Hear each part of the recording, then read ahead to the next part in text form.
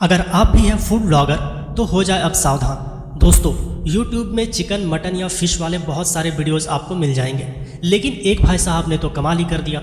उसने मोर को पकड़कर उसका रेसिपी बनाया और फिर उसे YouTube में डाल दिया। ये घटना है तेलंगाना के सिरसिला डिस्ट्रिक्ट की, जहां एक यूट्यूबर कुकिंग से रिलेटेड अपना वीडियोस बनाया करता था। उसने 10 अगस्त को अपने चैनल पर एक पोस्ट डाली जिसका टाइटल था हाउ टू कुक पिकॉक करी। अब इस वीडियो को उस शख्स ने जैसे ही अपलोड किया वैसे ही वीडियोस वायरल हो गई। वहीं कुछ एनिमल एक्टिविस्ट ने भी इस वीडियो को देख लिया और फिर वीडियोस को संज्ञान में लेते हुए उनके खिलाफ शिकायत दर्ज करवाई गई। उन्होंने कहा कि देश की राष्ट्रीय पक्षी की हत्या को इस तरह बढ़ावा देना गैरकानूनी है।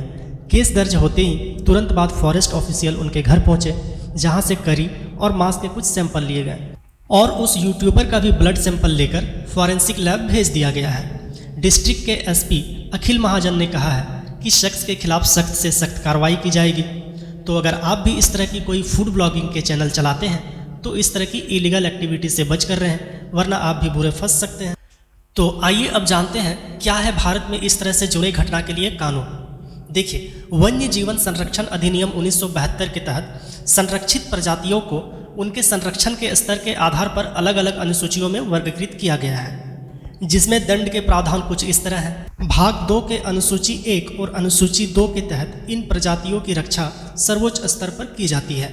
इनका शिकार करना, पकड़ना या व्यापार करना दंडनीय अपराध है, जिनमें 3 से 7 साल की सजा और 25,000 या अधिक का जुर्माना हो सकता है। अनुसूची 1 की बात करें तो इसके तहत बाघ, हाथी, गैंडा, तेंदुआ, कस्तूरी हिरन, गंगा डॉल्फिन जैसे जानवर आते हैं। वहीं अगर अनुसूची 2 की बात करें तो इसके तहत भालू, चीतल, नीलगाय, जंगली सुअर, नीलकंठ आदि को रखा गया है। वहीं अनुसूची 3 और 4 को अगर हम देखें तो इनमें रखे गए प्रजातियों पर कुछ कम दंड शामिल है, जैसे कि हाइना, नारियल केकड़ा, सियार, तोता, गिद्ध, सारस, मोर, लोमड़ी, नेवला, जिनमें 3 साल तक की सजा और 25,000 तक का जुर्माना हो सकता है। अगर अनुसूची 5 की बात करें तो इनमें कुछ निर्दिष्ट जानवर आते हैं जो संरक्षित नहीं हैं, जैसे कुछ हानिकारक जानवर। और अगर अनुसूची 6 की बात करें तो इसमें कुछ पौधों की रक्षा की जाती है जिनका अवैध संग्रह, नाश या व्यापार करना अपराध है।